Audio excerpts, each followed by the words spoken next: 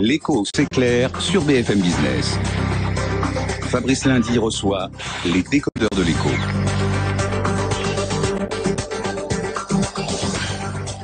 Le danger nous guette-t-il? Je parle de déflation ce soir. Non, il n'y a pas de déflation. Fermez le banc, c'est Mario Draghi qui l'a dit cet après-midi. En raison, il y a des risques quand même. Bon, malgré tout, il faut surveiller, mais pour l'instant, on reste à un contexte d'inflation basse. Bon, il a laissé ses principaux taux directeurs inchangés. Oui, on s'attendait justement à ce qu'il ait pu les baisser de quelques dixièmes de point. Non, il est resté à 0,25%, le principal taux directeur. Bon, on se pose toutes les questions possibles, imaginables. C'est le principe des décodeurs de l'écho. Nos décodeurs ce soir. Alain Fabre, il est économiste, notamment et bien consultant pour l'Institut de l'entreprise, pour la Fondation Robert Schuman. On est avec Benaouda Abdelrahim, on est avec Emmanuel Le Chypre, tous les deux de BFM Business. On est avec un jeune économiste, puisqu'il est dans le think tank des jeunes économistes BSI Economics, Victor Lequillerier. Sa première présence ce soir dans les décodeurs de l'écho. Et puis Rodolphe Bonas est avec nous. Bonsoir. Bonsoir Fabrice. Rodolphe Bonas, c'est un vieux routier maintenant.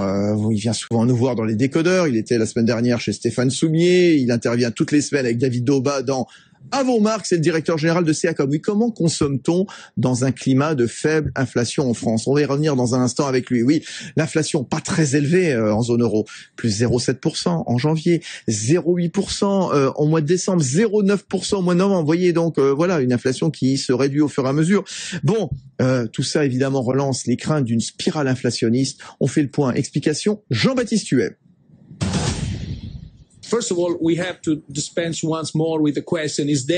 D'abord, sommes-nous en phase de déflation? La réponse est non. Une inflation faible sur une longue période de temps, ça c'est sûr, mais pas de déflation. Si l'on en croit Mario Draghi, l'ogre de la déflation, comme l'appelle Christine Lagarde, n'est pas à la porte de la zone euro. En attendant, voilà maintenant plusieurs mois que certains pays de la zone euro naviguent dans une eau un peu trouble, celle de la désinflation. Le mois dernier, la baisse des prix des pays de la zone euro s'établissait autour de 0,7%, bien loin des 2% de référence souhaités par la Banque centrale pour ses membres. C'est presque contre-intuitif, mais la déflation, c'est-à-dire la baisse des prix, est une situation que les économies doivent à tout prix éviter. C'est ce que souligne Éric Delannoy, le vice-président du cabinet WIV. Les consommateurs attendent la prochaine baisse des prix pour pouvoir consommer. Comme ils diffèrent leurs achats, il y a une baisse de la demande. Cette baisse de la demande provoque une baisse de la croissance, donc de la décroissance, donc de la récession. La récession alimente la déflation et on est dans ce qu'on appelle le cercle vicieux de la déflation qui pousse l'économie vers un chômage de masse. Le Japon s'est retrouvé il y a 20 ans dans cette situation. Le pays commence tout juste à en sortir et pour cela, il utilise massivement sa banque centrale. Éric Delannoy. La banque japonaise a décidé de mettre en place une politique économique accommodante et de faire un choc monétaire que l'on appelle un choc keynésien, où il stimule la demande à travers une injection de liquidité dans le pays. Ce que, encore une fois, on ne peut pas faire aujourd'hui compte tenu des missions qui sont dévolues à la BCE. L'inflation représente pour la BCE un trou noir dans lequel il ne faut surtout pas tomber sous peine de ne plus pouvoir en sortir. Aujourd'hui, Mario Draghi a peut-être souhaité sauvegarder la plus grande marge de manœuvre possible en laissant les taux inchangés. C'est en effet dans un mois que doivent être livrées les nouvelles prévisions de croissance et d'inflation de la BCE. Voilà pour les explications de Jean-Baptiste Huet pour BFM Business. Alors Rodolphe Bonas est avec nous, donc le directeur général de CACOM, un groupe de communication spécialisé dans le retail. Il est incollable sur toutes les questions. Rodolphe Bonas, comment les Français ont-ils consommé en 2013 dans ce contexte de faible inflation à 0,7%? Donc, tiens, question d'Hervé, fidèle téléspectateur ou auditeur, je remercie également, ces questions sont passionnantes à chaque fois. Qu'en est-il du revenu disponible des ménages après impôt? N'est-il pas en baisse? En tout cas, le prix des dépenses contraintes ne baisse pas, énergie, loyer, transport. Alors, dans ce contexte, comment se comporte Rodolphe Bonas? Alors, la question est assez intéressante. On sait que sur le revenu moyen des ménages, en gros, vous avez 60% des revenus qui sont accaparés par des dépenses contraintes, c'est-à-dire bien sûr les impôts, le loyer, les prélèvements sur la box, ADSL ou des choses comme ça. Reste 40% de revenus disponibles pour ce qu'on appelle les biens dits d'arbitrage d'achat. Donc ça fait par exemple l'alimentaire, les loisirs, l'habillement, etc. Donc par rapport à cette logique-là, et là je peux me permettre de citer le baromètre, le fameux baromètre BFM CACOM. Donc on va pas se priver. Alors voilà, c'est baromètre CACOM, l'observatoire de BFM Business, présidé par Maître Emmanuel Le Chypre, et puis Ben Aouda, bien sûr, qui y veille au grain, bien entendu, qui apporte ses expertises. Et puis donc CACOM, c'est Rodolphe Bonas. Vous étiez venu en parler avec Stéphane Soumy la semaine dernière, c'était passionnant. Hein. Allez-y. Exactement. Et donc on a posé la question aux Français de savoir aujourd'hui s'ils ressentaient que la pression fiscale avait eu un effet sur leur pouvoir d'achat. Et là, c'est intéressant de voir que 78% des Français déclarent qu'ils ont vécu la pression fiscale comme étant un élément de diminution du pouvoir d'achat. Donc oui, on peut considérer que le thème de la fiscalité a un impact assez lourd sur le moral des Français et sur leur comportement dans leurs achats. Alors, Emmanuel, sachant que la France est quand même le seul pays avec l'Allemagne dans lequel le fameux revenu disponible a augmenté pendant la crise, alors que contrairement à l'Allemagne, nous n'avons pas connu de baisse importante du chômage. Que les salaires se maintiennent et que les revenus se maintiennent alors que le chômage baisse, c'est logique. Mais que comme en France, le chômage augmente et que les revenus se maintiennent, c'est la fameuse illustration de cette terrible préférence française pour le chômage. Les gens qui ont un emploi n'ont pas aujourd'hui ressenti la crise. Alors, dans ce contexte de faible inflation, les prix, Rodolphe Bonas, ils n'évoluent pas tous de la même façon. Hein. Je regardais ce baromètre Nielsen qui montrait que les prix, ils ont baissé en moyenne de 0,6%, ce qu'on appelle les PGC, les produits de grande consommation. Voilà, donc on a vu les prix donc baisser. Hein. Voilà, exactement. Hein. Donc ça c'est une réalité. On a une inflation là ici sur les produits alimentaires, en particulier les produits dits de grande consommation. On a une baisse. Néanmoins, l'inflation cumulée de l'année 2013 est quasi nulle. Hein. Et ce qui est intéressant sur cette année 2013, c'est que si vous voulez, la consommation, est quasi nulle. Et ce qui est intéressant, c'est de comparer l'année 2012 à l'année 2013, parce que en 2012, on a finalement une consommation en baisse de l'ordre de 0,5. Et en 2013, on arrive à 0,1 à peu près. Mais c'est le dernier trimestre qui a sauvé l'année. Hein, c'est ça qui est intéressant. Et en particulier, c'est le secteur de l'automobile, vous savez, qui pèse extrêmement lourd dans la consommation des ménages, qui lui s'est très bien comporté, non pas dans une logique d'envie d'achat, mais plutôt parce qu'ils ils ont peur que le malus disparaisse ou que les aides. Et la hausse de la TVA aussi. Exactement, et la hausse de la TVA. Et donc du coup, on voit très bien que les incitations finalement gouvernementales ont un impact tout à fait considérable sur les effets à la marge. On peut faire basculer en fin d'année la consommation qui était plutôt à une tendance baissière sur 2013, paf, on l'a fait basculer dans une tendance haussière au dernier trimestre. Emmanuel, une précision très importante entre l'inflation affichée dans les magasins et recensée par l'INSEE, parce que l'inflation dont nous parle l'INSEE dans la distribution, l'INSEE va au rayon des yaourts, regarde un échantillon précis de yaourts et regarde quelle est l'évolution du prix moyen des yaourts.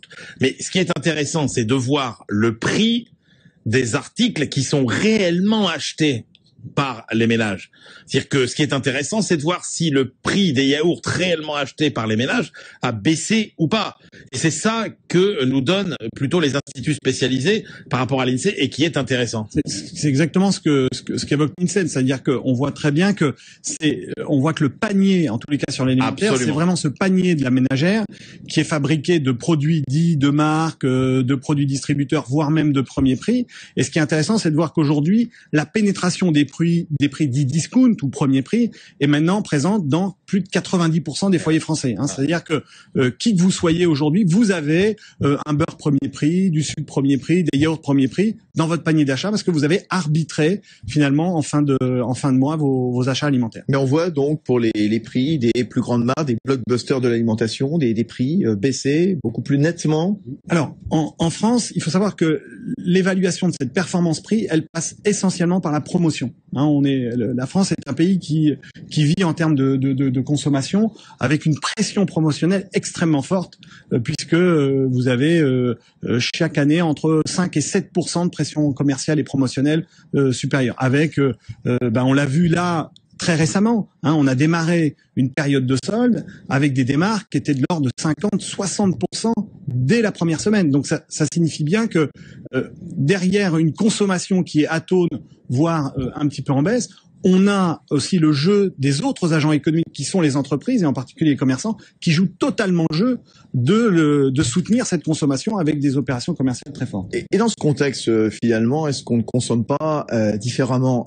J'écoutais hier matin Serge Papin à la tête de Système U, bien sûr, qu'on connaît bien, Serge Papin. Passionnant ce qu'il racontait à Stéphane Sommier dans Good Morning Business. Voilà, l'idée c'est de chercher des nouveaux équilibres. On écoute Serge Papin, je vous fais réagir. Il faut avoir un regard sur la production, sur la transformation et mesurer les équilibres. Moi, je suis pas quelqu'un qui veut augmenter les prix. Je suis bien conscient qu'avec les problèmes de pouvoir d'achat, on sait bien que le rapport au prix est important. Mais il n'empêche, est-ce qu'on peut pas trouver des équilibres nouveaux pour éviter de compenser la baisse du M&M's par l'augmentation du prix du reblochon? Enfin, ça paraît complètement idiot. Serge Papin avec Stéphane Soumier hier, Rodolphe Bonas. C'est ceux qui évitent juste d'étrangler les petits producteurs, faut être honnête. Parce que la grande distribution a quand même massacré une grosse partie des petits producteurs français ces dernières années. Faut quand même dire la vérité.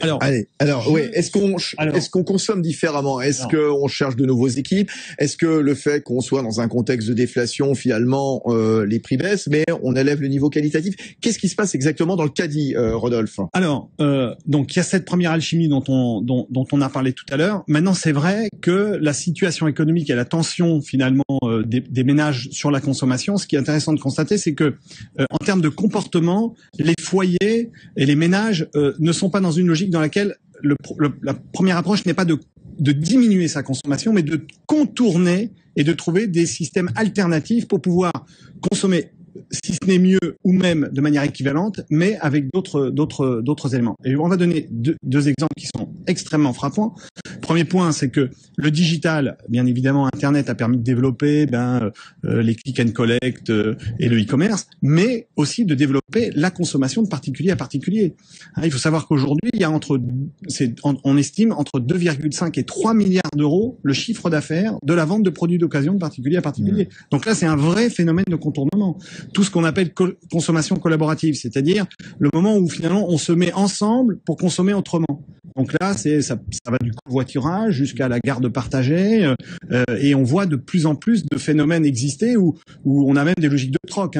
J'échange 2 heures de bricolage contre finalement des cours de soutien pour mon enfant. Donc on voit qu'en permanence, les consommateurs développent finalement des schémas d'ingéniosité pour arriver à maintenir cette consommation et maintenir finalement cette façon de vivre, mais en trouvant des systèmes de contournement. Et je vais juste terminer, Fabrice, par un exemple, parce que ça nous arrive en France, c'est né aux États-Unis, c'est qu'il existe même des supermarchés collaboratifs, c'est-à-dire ce sont des supermarchés qui sont tenus de la direction jusqu'à la mise en rayon, jusqu'à la caissière, par des consommateurs. Il n'y a plus d'intermédiaire, c'est-à-dire c'est eux qui finalement, et en échange de votre participation collaborative dans le supermarché, vous avez 10 ou 15% de remise dans le, et ça arrive en France, ça va être lancé, ça s'appelle la Louve. Voilà. Bon, la Louve. Voilà. Oui, bon, c'est très bien. Ben Aouda, Abdelhaim ou Alain Fabre, une question, une remarque à Rodolphe Bonas, le DG de CACOM. Allez-y, Alain Fabre. Moi, ce que je voudrais dire, c'est que finalement, ce qu'on voit à travers l'explication que vous donnez, c'est que ces phénomènes de consommation, de transformation de la consommation, c'est en fait peu de choses avec les problèmes d'inflation, d'inflation. Grosso modo, les Français, comme l'ensemble des Européens, notamment le nord de l'Europe, vivent dans un univers de stabilité des prix. Et donc, ça, c'est la politique monétaire de la Banque centrale. En revanche, ce que vous indiquez sont des phénomènes qui viennent de notre domaine. C'est le taux de chômage et la pression fiscale en particulier, qui fait que nous avons une évolution, et même quand on voit les performances de l'économie française, une évolution tendancielle d'érosion du PIB par habitant. Et donc, tout ça, ça se retrouve dans la consommation. La consommation, c'est 60% du PIB. Donc, quand l'économie a du mal à produire, eh bien, ça se trouve dans une consommation plus rabougrie. Ben Aouda Abdelhaim, pour compléter Alain Fabre. Alors, on a entendu Rodolphe Bonas, mais je peux vous assurer qu'en écoutant les conférences de presse de Mario Draghi, on est très loin de ce niveau de finesse dans l'analyse. Au mois de juin, Mario Draghi a quand même dit à un journaliste espagnol qui lui disait « on est en train de couler à cause de ces taux d'intérêt réels qui ne font que gonfler », enfin de donner un tas d'arguments à la BCE. Et qu'a répondu Mario Draghi au mois de juin, ça restera dans les annales de l'histoire, c'est « ah mais avec une inflation basse, vous pouvez acheter plus de choses ». Voilà, ça reste exactement ça. Il a évolué son discours après dans les mois qui ont suivi, mais les 425 000 emplois perdus en Italie, le fait que pratiquement un actif sur 6 en France est soit au chômage, soit est en activité réduite, pèse forcément sur l'évolution des prix.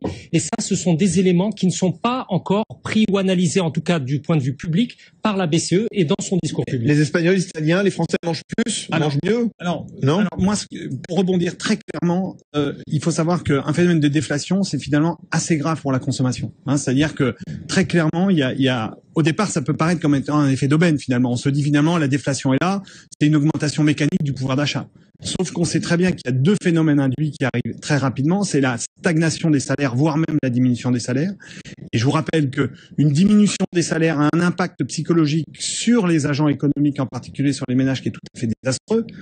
C'est vrai dans l'autre sens aussi, c'est-à-dire que si jamais il y a une augmentation perceptible des salaires, vous allez avoir une augmentation de la consommation qui va être sans doute plus forte que l'augmentation des salaires.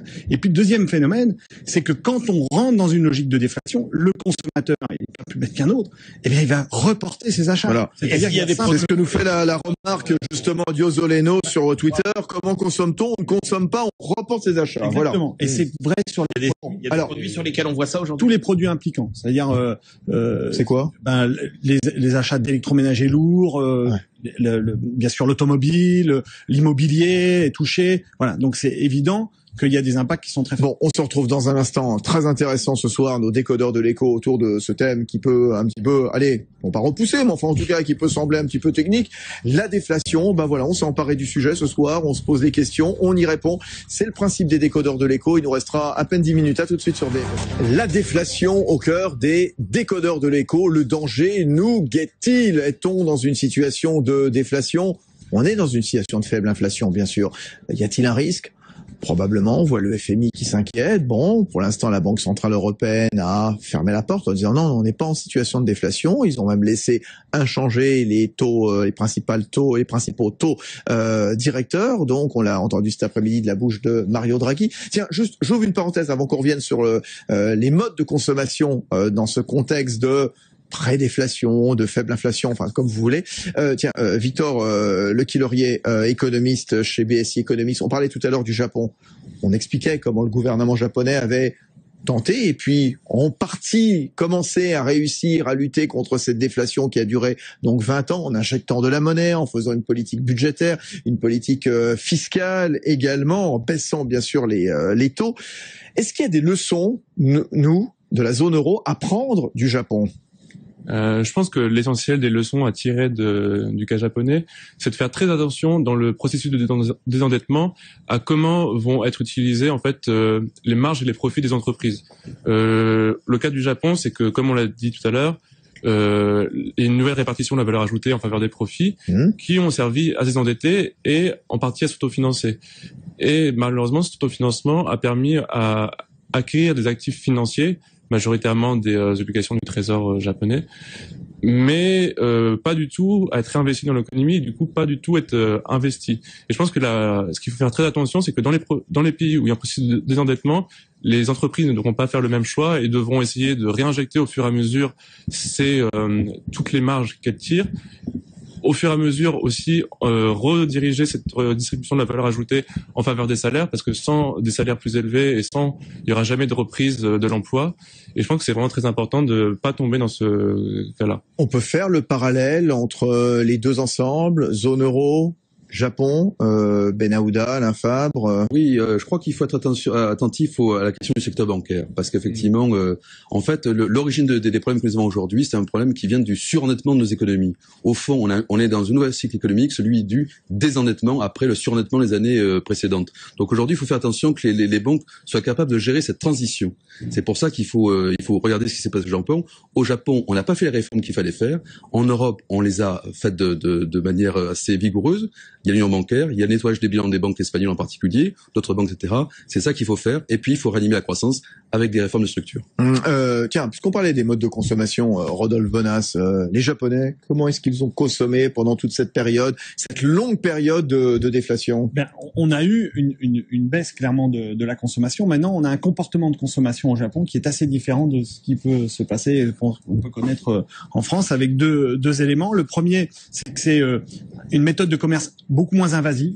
C'est-à-dire qu'il y a une pression promotionnelle et commerciale qui est peut-être ressentie pour nous Européens comme étant un peu moins forte au Japon qu'en France. Et derrière ça, on a aussi une logique de thématisation qui est parfois beaucoup plus forte. C'est-à-dire que on a des grandes périodes commerciales au Japon, dans les grands centres commerciaux, où on réhabille par l'offre, je tiens à le préciser, pas forcément par le côté événementiel, mais par l'offre. Vraiment le magasin, on peut faire des semaines sur les kimonos ou bien sur le maquillage. C'est vraiment toujours très impressionnant de voir le rapport un peu très différent qu'il y a au commerce entre le Japon et l'Europe, et en particulier la France. Alors, les prévisions d'inflation pour la France en 2014, quelles sont-elles, Emmanuel Le Chypre? On est autour de 1,5%. Donc le double de l'année dernière, le double de 2013. Dans ce contexte, à quoi va ressembler, comment vont se comporter les consommateurs en 2014? Rodolphe Bonas, directeur général de CACOM. Alors sur la consommation, ce qu'on peut constater, c'est lorsqu'on est dans une inflation aussi étale que ça, finalement, on se rend compte que ce sont des micro-événements qui font ce que je disais tout à l'heure, basculer les choses. Et on va prendre un exemple très clair sur ce qui s'est passé sur les 3 derniers mois. Il y a fort à parier que ce soit un peu la même chose en 2014. C'est-à-dire que typiquement sur un secteur comme l'habillement, eh bien la météo a considérablement joué sur l'année. C'est-à-dire que l'habillement en novembre a fait du plus 1,4, et puis décembre, qui a été plutôt un mois chaud, finalement on s'est retrouvé négatif. Et on se rend bien compte que pour la consommation et pour le commerce en règle générale, aujourd'hui sur une inflation assez atone comme celle-ci, eh bien des phénomènes aussi simples que la météo, il fait très froid en hiver ou il fait très chaud en été, ça peut avoir un effet assez important sur la consommation en 2014. Alain Fabre, économiste. Oui, moi je crois qu'il faut prendre en compte ces variations cycliques. Le prix de l'énergie joue un rôle important, notamment avec l'effet de météo. Et donc là-dessus, ce qui est important de voir, c'est que nous sommes en principe dans un cycle de sortie progressive de la crise. Ça, c'est quand même la tendance générale. Que les prix vont commencer à se raffermir avec cette inversion de cycle. Et c'est ça, au fond, que la Banque centrale a préparé cet après-midi. Ne pas casser la situation et permettre à la reprise de se faire de manière aussi souple que possible.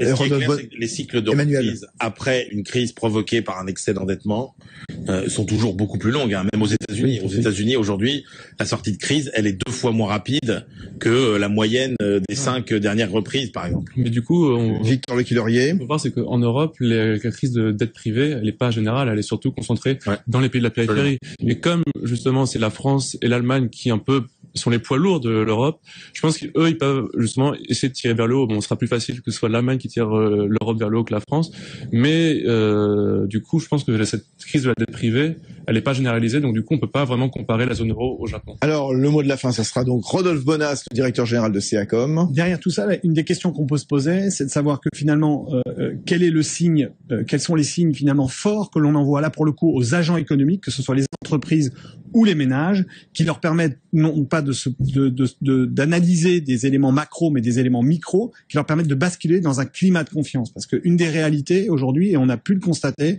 c'est qu'on a du mal à réveiller la confiance des agents économiques, aussi bien les entreprises que les ménages, pour relancer l'économie. Bon, danger ou pas, la question pour conclure d'un mot, un mot chacun. Le danger nous guette-t-il en matière de déflation, Alain Fabre? Moi, je fais partie des optimistes, je pense que non. Non. Ben Aouda? Joker, je ne serais moins catégorique que la BCE. Bon, Emmanuel? Non, mais je pense qu'on va vivre très longtemps, non pas dans cette spirale, on risque pas la spirale déflationniste, mais qu'on va vivre dans cette espèce d'équilibre déflationniste pendant 20 ans. Comme à la fin du 19e siècle, on avait vécu pendant 20 ans avec une croissance faible et une progression des prix quasiment nulle. Victor Lequillerier? Un purine dans désinflation avec une stabilité dans la vulnérabilité à attendre. Oui. Ben Aouda? Excusez-moi, juste quelque chose. J'ai vu un papier très intéressant, 30 pages de la banque Morgan Stanley, et on se rend compte que finalement les marchés se sont quasiment toujours trompés dans les anticipations des entrées de déflation. Donc on verra dans 6 mois, dans un an. Bon, on fera une émission éventuellement un petit peu plus tard. Merci en tout cas, merci de vos réponses. Rodolphe Bonas, directeur général de CACOM, que vous retrouverez dimanche matin à 9h à la télévision, à la radio, avec David Daubas dans Avant Marc. Voilà, super émission. Voilà, ça sera un gros plan sur quelle marque? Vous savez plus, c'est pas grave. On écoutera les autopromos de David. Moi non plus, j'ai pas vu le programme. C'est donc dimanche à 9h. Génial, ça dure 1 heure. Alain Fabre, il est économiste, consultant notamment pour la Fondation Robert Schuman et l'Institut de l'entreprise. Benaouda Abdelhaim, il travaillera aussi ce week-end, hein, puisqu'il sera à mes côtés donc samedi matin à la radio à 8h pour Good Morning Weekend. On reviendra sur toute l'actualité de la semaine, bien entendu. C'est tous les samedis de 8h à 10h à la radio. Emmanuel Le Chypre, éditorialiste économique à BFM Business. Puis on a été content d'accueillir Victor Lequillerier, qui fait partie de ce think tank de jeunes économistes, BSI Economics. Bonne soirée, bonne nuit, rediff 23h30. Rendez-vous lundi soir pour les décodeurs de l'écho maintenant.